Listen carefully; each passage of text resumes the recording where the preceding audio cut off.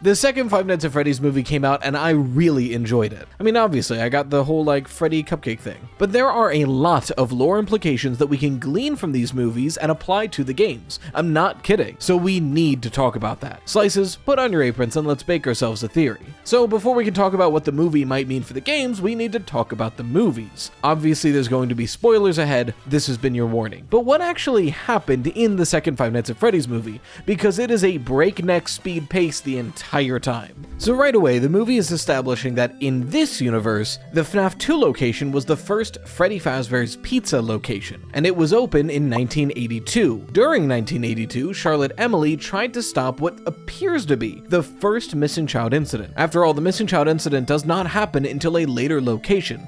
That's confirmed, but Charlotte Emily saw William Afton leading a child into a back room. She picks up that unconscious child and saves him, but in the process is stabbed several times in the back and dies on the stage right above where the trapdoor of the puppet is. As she collapses, the trapdoor opens and the puppet carries her body up in front of everybody. It's a really dramatic shot and it looks really cool. Very important note here. Before she went herself, she tried to get several different parents' and adults' attentions, and all of them brushed her aside. Charlotte has been possessing the marionette, an animatronic that is able to wirelessly control all the other toy animatronics. And she's been doing so, and I'm going to directly quote, "To the best of my memory from Vanessa, she is stuck in the last emotion she was experiencing before she died, rage." I swore Vanessa was about to say agony in that moment and I almost shit my pants. Her goal essentially is to kill the parents. All parents. She feels more betrayed by the parents who ignored her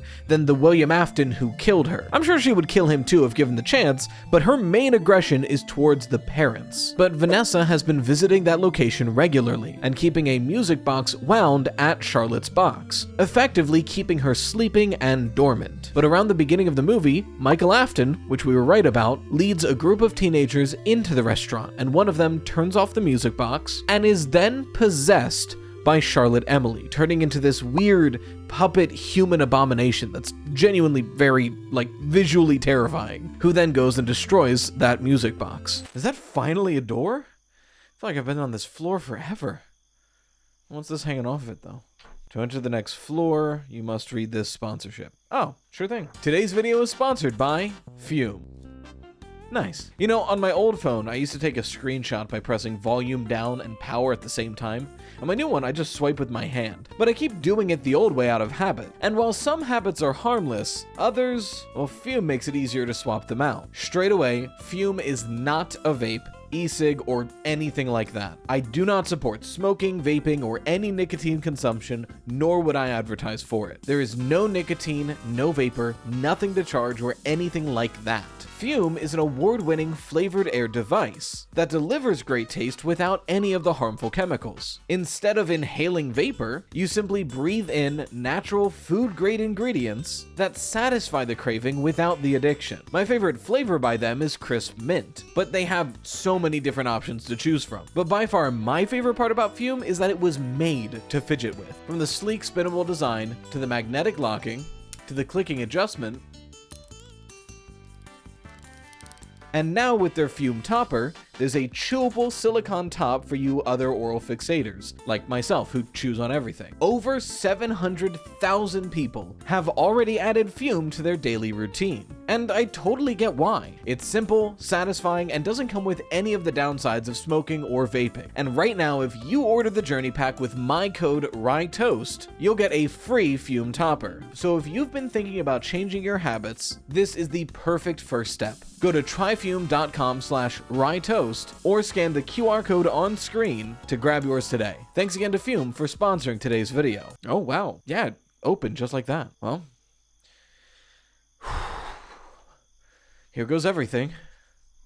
Meanwhile, Mike is still looking for answers about that day while trying to help Vanessa work through her trauma. He finds a flyer for Henry's phone number and decides to give it a call, in which he finds out about Charlotte Emily and how Vanessa was her best friend, blaming Vanessa for Charlotte's death. While all this is happening, Abby really misses the missing child incident kids and finally sneaks off to Freddy's to find them, only to find out that they're all gone. Mike apparently knew that they've gone missing and doesn't know where they are, but he assumes that they've moved on, that they're not possessing the suits anymore. And Abby takes home this Phaz Talker from their location to remember them by. One day while Mike is out, the Phaz Talker starts talking to Abby and leads her to that FNAF 2 location instead, where she meets a very friendly toy Chica, the animatronics there helping her build a new science fair project, a replica of FNAF 1 Chica. She shows it to Vanessa, but because of all the weirdness going on between Mike and Vanessa, he doesn't listen to what Vanessa has to say and doesn't find out about Abby's escapade at that new location. So Vanessa goes alone to investigate while Mike and Abby go to the science fair. Mike leaves Abby alone to go and confirm more details with Henry. Why does he do this right now?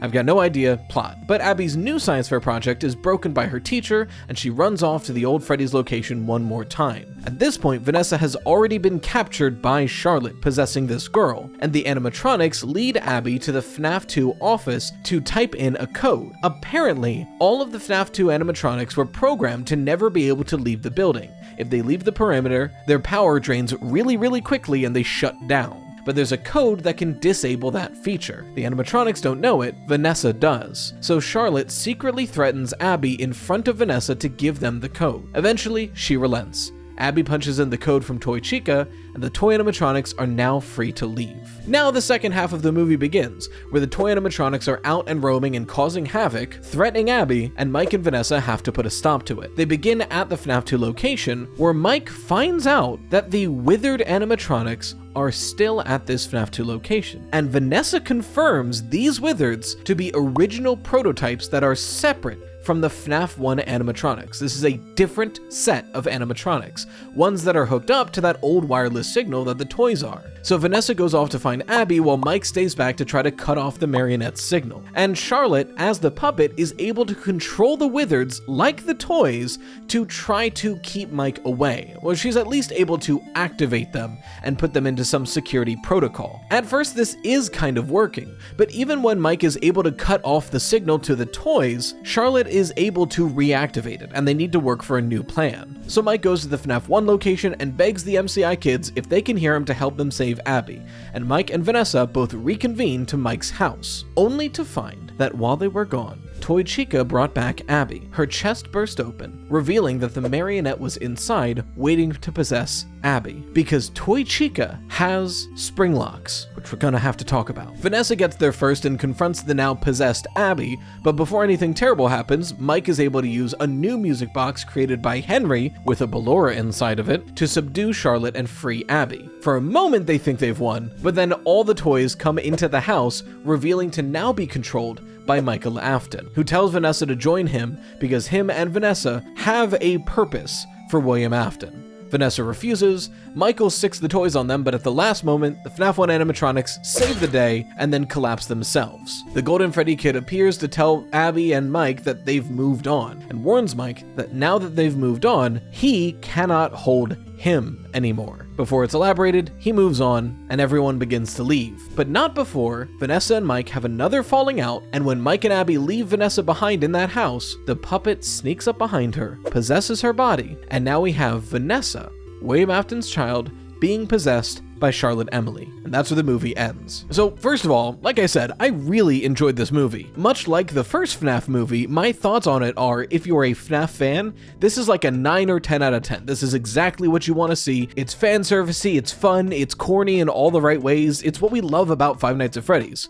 If you're just a general horror movie enjoyer, it's like a 6 or 7. But as a FNAF fan, I love this movie. I've heard people complain, oh, it's corny, it's too fast paced, it's not that scary, but like, isn't that just FNAF 2? Look, we like fun, campy horror with some legitimately terrifying moments. Pretty much everything they did with the puppet was actually refreshingly frightening, on top of an already pretty scary, fun, campy movie. As always, the effects and animatronics are insane, and the Easter eggs, my god, I want to make an Easter egg video, but it's not streaming and I really have no way to do that. But some of the ones I can remember off the top of my head are just insane. Like how in the first 5 minutes we get a Candies and Pop Goes reference. There's that plushie that literally plays the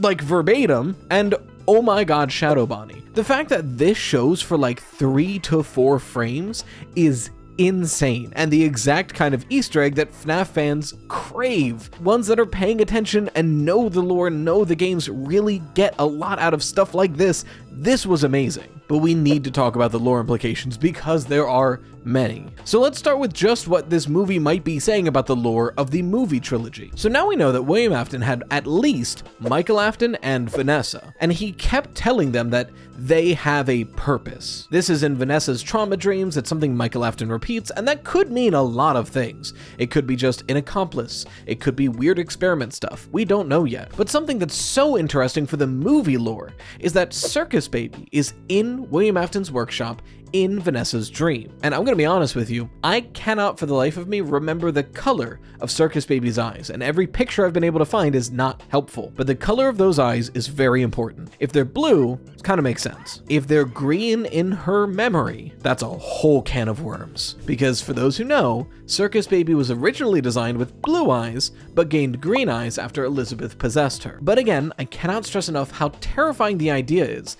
that this movie ends with William Afton's daughter being possessed by Charlotte Emily in a world where Circus Baby exists. Because the villain of the third novel is Circus Baby, programmed with Charlotte Emily's memories, possessed by William Afton's daughter, Elizabeth in the books. You see what I mean, right? Like, these aren't the same thing, but they're like echoes of each other, and it's horrifying what the implications for the third movie might be. But all of this crazy movie lore aside, what lore do we have for the games from this movie? Honestly, I think there's 3 really important things to cover, and 2 of them are all about the FNAF 2 animatronics. First of all, the Wizards are prototypes. Look, none of this movie can just be assumed to be canon in the games. This is a separate continuity. But this is one of those things that was unnecessary to add unless they wanted to tell us something. The idea that the FNAF 2 animatronics are withered prototypes that are separate from the FNAF 1 animatronics. They didn't need to do that. This movie works without doing that. But not only did they visually show us this, it is directly stated, almost like a throwaway line, those are the original prototypes. And there's already been theories about the Wizards being separate animatronics from the FNAF 1 animatronics. And I think this movie is trying to subtly tell us that's the right way to go for the games. It's not that there are unwithered animatronics for the original Freddy's location, it's not that they were retrofitted into the toys, it's just a different set of animatronics. When William Afton was working on the FNAF 2 location, he tried to work with what he knew, but the new technology wasn't really working with the new animatronics, so instead, they made the toys. In fact, you could argue that one of the sets of these animatronics was made by Henry, and one was made by William, and that's why they're so different. Maybe Henry made the original Freddy's animatronics, the prisons of his own making, and William made the toys. And the reason why the Wizards look so bad is because William tried to make what Henry did and couldn't. So instead, he made the toys, which frankly does line up with the only other set of animatronics we have evidence to say that William made, the Fun Times. If these are the animatronics that William Afton makes when left to his own devices, then it makes sense that the toys are something else he made too. And maybe the Wizards is his failed attempt to recreate Henry's designs. Regardless, this has massive implications for the lore, because if the FNAF 1 animatronics are not these guys, then these guys have no missing child incident remnant inside of them. So the question becomes, why do all these animatronics attack us in FNAF 2? The movie gives us an answer as well. It very well could be that all of these animatronics are attacking us under the behest will of Charlotte Emily, the puppet, the marionette controlling the animatronics underneath her. The whole reason any of these animatronics are attacking us could just be Charlotte Emily. And honestly, that's a really cool interpretation of FNAF 2, that all of this is just Charlotte and her will trying to get revenge for the children that have been killed. And that's already huge, but is that all the lore that this movie is giving us? I don't think so. I think these movies are setting up to teach us about agony, sort of like how the novel trilogy is set up to teach us about Remnant. What I mean by that is, in the movies, I think Charlotte Emily at this point is very clearly some sort of avatar of agony. She's frozen in the last emotion she felt, rage, but she has black tears, as do all of her victims. Her one confirmed death in the movie is this person who looks shriveled up and decayed like every victim of agony in the Fazbear Fright writes books. This also tracks with the black tears we saw in the first movie. Again, something that is so very closely tied to agony. I think sometime in the third movie, we're going to get some sort of scene where William corrects Vanessa. Something along the lines of him being like, she wasn't frozen in fear or rage. She was trapped in it. It was agony, or something like that. And just how in the novel trilogy, we don't get super in-depth information about Remnant,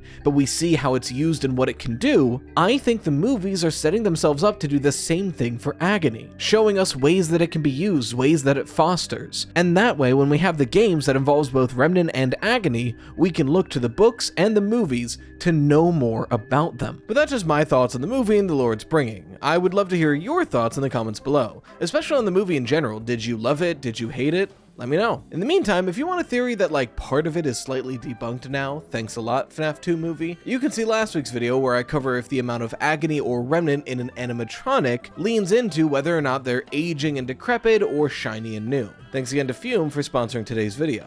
Don't forget to use code RYTOAST or go to tryfume.com/RYTOAST to get a free Fume topper with the purchase of a journey pack today. If you want your fan art featured on the channel, make sure to share with #ToastArt. A huge thank you to the best channel members, the Dough Risers, and until next time, as always, stay toasty, slices.